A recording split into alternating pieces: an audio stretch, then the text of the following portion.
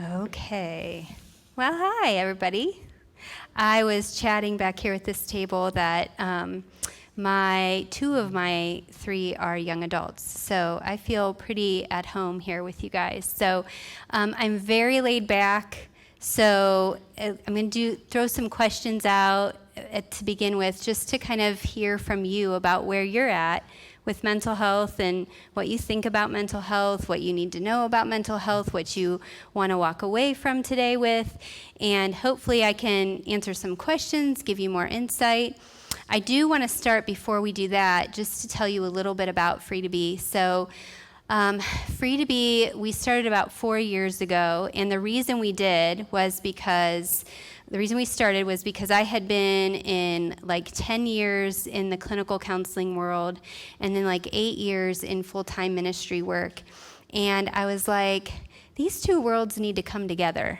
And actually what's happening in our culture right now is some of that is really happening. We're having more holistic perspectives of mental health, physical health, spiritual health. And so Free to Be takes kind of a holistic approach. And we have kind of a unique way in which we try to help people. So we provide opportunities to dive into really where people's stuck places come from. So a lot of times people are trying to do behavioral change things and they're like pulling at the weed. If you think about a weed, that's something you don't want in your life. People are kind of pulling at the weed at the surface level.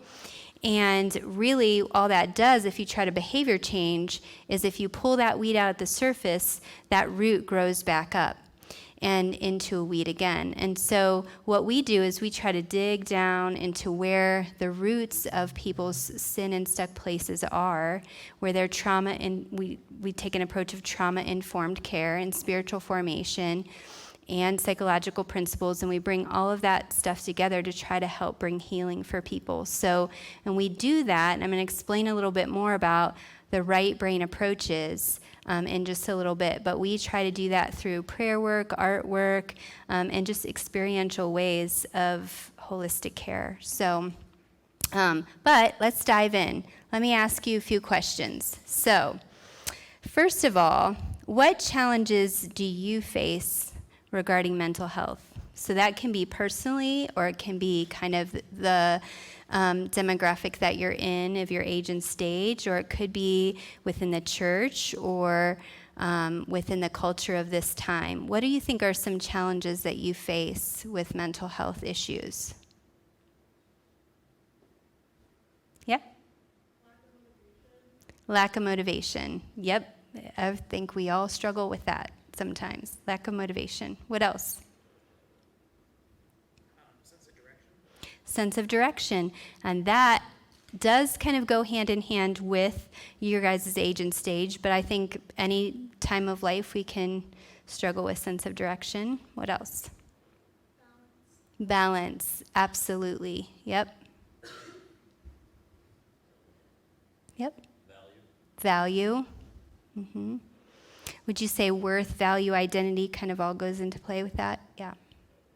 Mm-hmm. Anything else? I know we kind of probably already said, but like Fitting in, yep. Finding your place, your sense of belonging. Mm-hmm.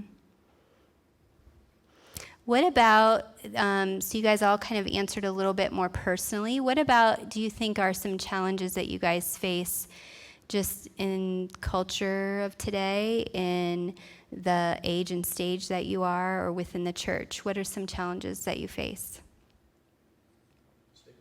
Stigma. Mm-hmm. Mm-hmm. Performance. Yeah, we live in definitely a performance-based culture, right? Yeah. What else?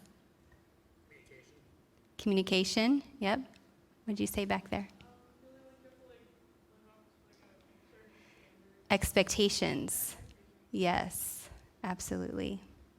Mm-hmm. Communication, expectations. Anything else?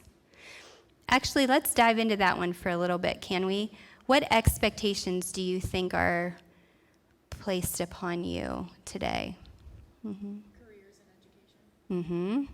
Yeah, everybody asks that, right? right as soon as you graduate. What school are you going to? What's your career of choice? Then, you might go to college, graduate from college, and then like, where'd you get a job? That's always the first questions, right? What other expectations do you guys have, do you think? Relationship expectations, yep.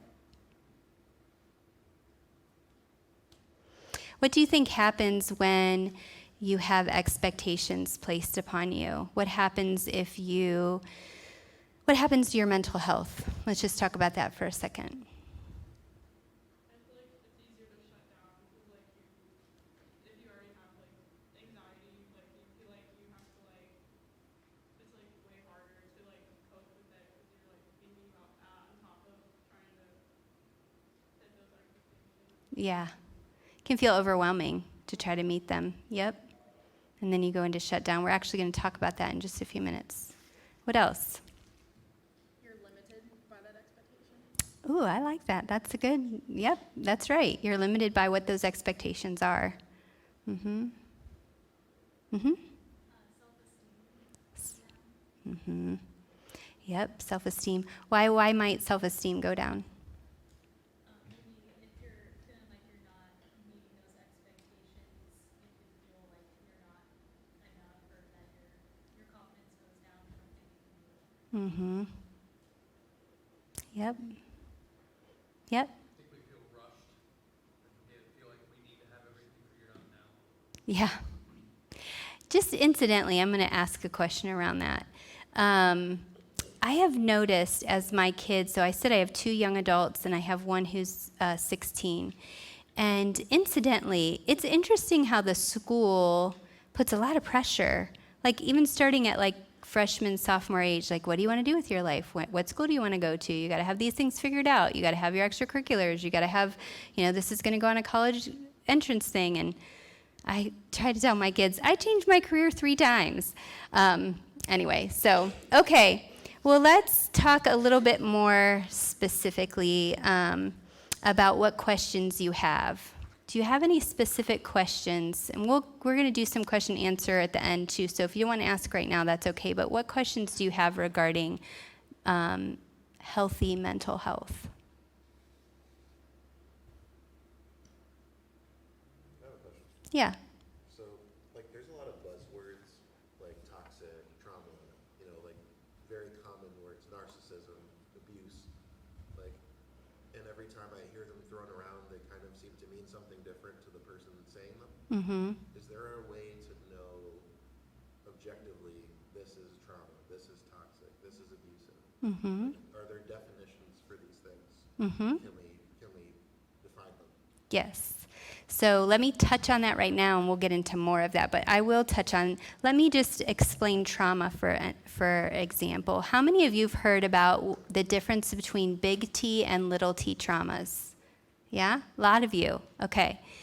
So a big T trauma is something that someone goes through that nobody would debate as trauma. It's sort of like if you had a big gaping hole in your leg, a wound that was, bleeding.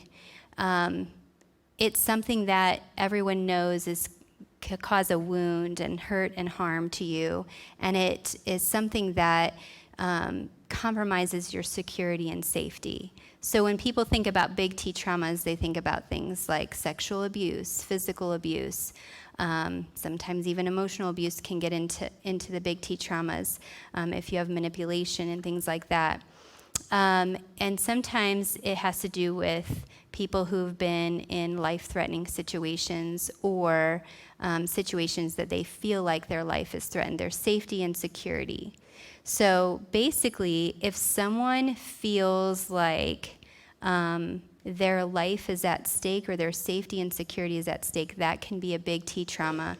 And everybody kind of knows and doesn't debate that's something that would be considered trauma, like a big gaping wound.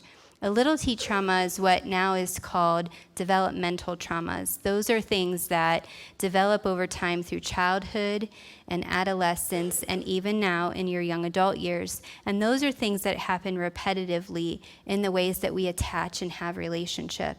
So if I've had a dynamic in my family, let's say of perfectionism, and that expectation is really high for me to meet. And over and over again, I hear a message of not good enough. I might take on a lie that I don't feel good enough. If that is continued over and over again, that's going to make a neural pathway in my brain, and that's called a developmental trauma. So a lot of trauma is perspective. I can have two people sitting in my office who've walked through the same thing. They may have experienced the exact same family situation. They could be twins or a brother and a sister, or two sisters that are sitting in my office, and they're going to experience the situation maybe differently. And if they do, one of them may consider it to be something that's trauma and wounding to them, while the other person is quite resilient and able to rise above that and say, it's not going to have power over me. A lot of it has to do with just different factors of how their perspective of how they take on a situation. And so there's something that I say, two things that I say a lot when I talk about developmental traumas. One is what is neglected or distorted in childhood can become obsession in adulthood.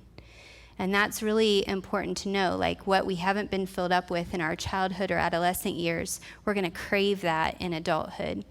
The other thing that I often say about childhood wounds and developmental traumas is really that we as children are great observers. We take on things as children. We're like little sponges when we're children. And even as adolescents, we don't miss a thing. But we're terrible interpreters. So, a situation might be fairly healthy, but if there's a threat of something that's really negative, and a child hears that and takes that on as their own, then they can interpret that as something that's traumatic, even if maybe your average Joe wouldn't. So a lot of it is perspective, and mental health is really about learning how to overcome the things that we've walked through with that our perspective has skewed to be a trauma for us. So a lot of it is perspective. I don't really worry about that, what someone's perspective is. I just worry about, or what the details or the facts are. I worry more about someone's perspective and how I can help them come out of that trauma. So, okay, we're going to do more question and answers in a little bit, but one more. No, I'll save it to the end. Let's just dive right in. So what do you think are some contributors? We're going to move to the next slide there. Am I doing this? I'm terribly technically challenged, so. Oh, there we go. Contributors to mental health. Okay, so 3 things that contribute to our wellness or our mental health: personal internal issues, professional or community issues, and large-scale global issues. And all of those are going to pull at our bandwidth and actually cause or contribute to whether we have healthy mental health or we're struggling. So I want to talk for a second about disruptors, lifequakes, and volcanoes. And there is an author who wrote the book Life Transitions. His name is Bruce Feller, and he talks about these ideas of disruptors and lifequakes. And he says this: the total number of disruptors the average adult faces is between 30 to 40 disruptors that we face. And the frequency is about 1 disruptor every 12 to 18 months. So a disruptor is something that kind of happens in your life, it's outside of your control, and it kind of changes the trajectory, maybe throws you off course for a moment or two, and really is something that alters you. So he says those happen every 12 to 18 months.